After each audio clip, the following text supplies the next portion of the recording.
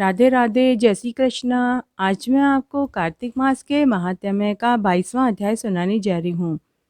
अगर आपको यह अध्याय अच्छा लगे तो कमेंट बॉक्स में जय हो विष्णु भगवान की जरूर लिखें।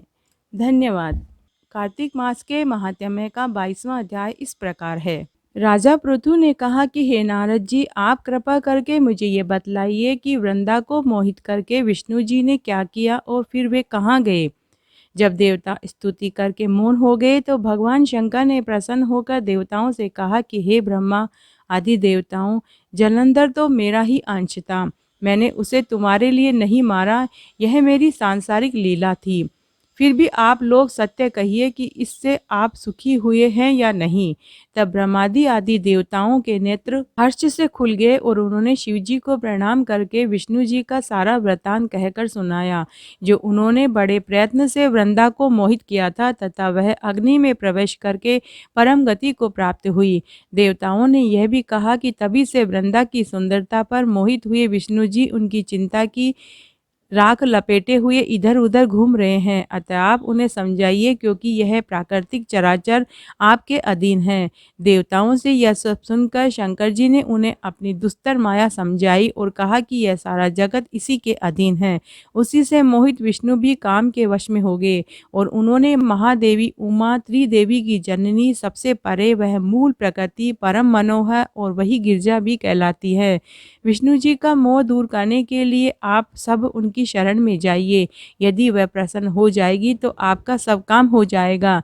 शंकर जी की आज्ञा से सब देवता मूल प्रकृति को प्रसन्न करने के लिए चल पड़े और उनके पास पहुंचकर उनकी स्तुति करनी शुरू कर दी। तब आकाशवाणी हुई, हे देवताओं, मैं 3 प्रकार से तीनों गुणों से पृथक होकर स्थित होती हूँ। सतगुण से गौरी, रजोगुण से ज्योति रूप हूँ तथा आप लोग मेरी रक्षा से यदि सादर उन देवियों के पास जाओ तो तुम्हारे मनोरथ को पूरा कर देगी। यह सुनकर देवताओं के नेत्र खुल गए। वह भगवती का आदर करते हुए गौरी, लक्ष्मी और सरस्वती को प्रणाम करने लगे। सब देवताओं की भक्ति पूर्वक प्रार्थना से सब देवियां प्रकट हो गई। सभी देवताओं ने खुश होकर निवेदन किया। तब देवियों ने कुछ बीज देकर कहा कि इन्हें ले जाकर दे दो, तुम्हारे सब काम सिद्ध हो जाएंगे। ब्रह्मादि आदि देवता उन बीजों को लेकर विष्णु जी के पास गए। वृंदा की चिता भूमि में डाल दिया और उससे धात्री, मालती एवं तुलसी प्रकट हुई।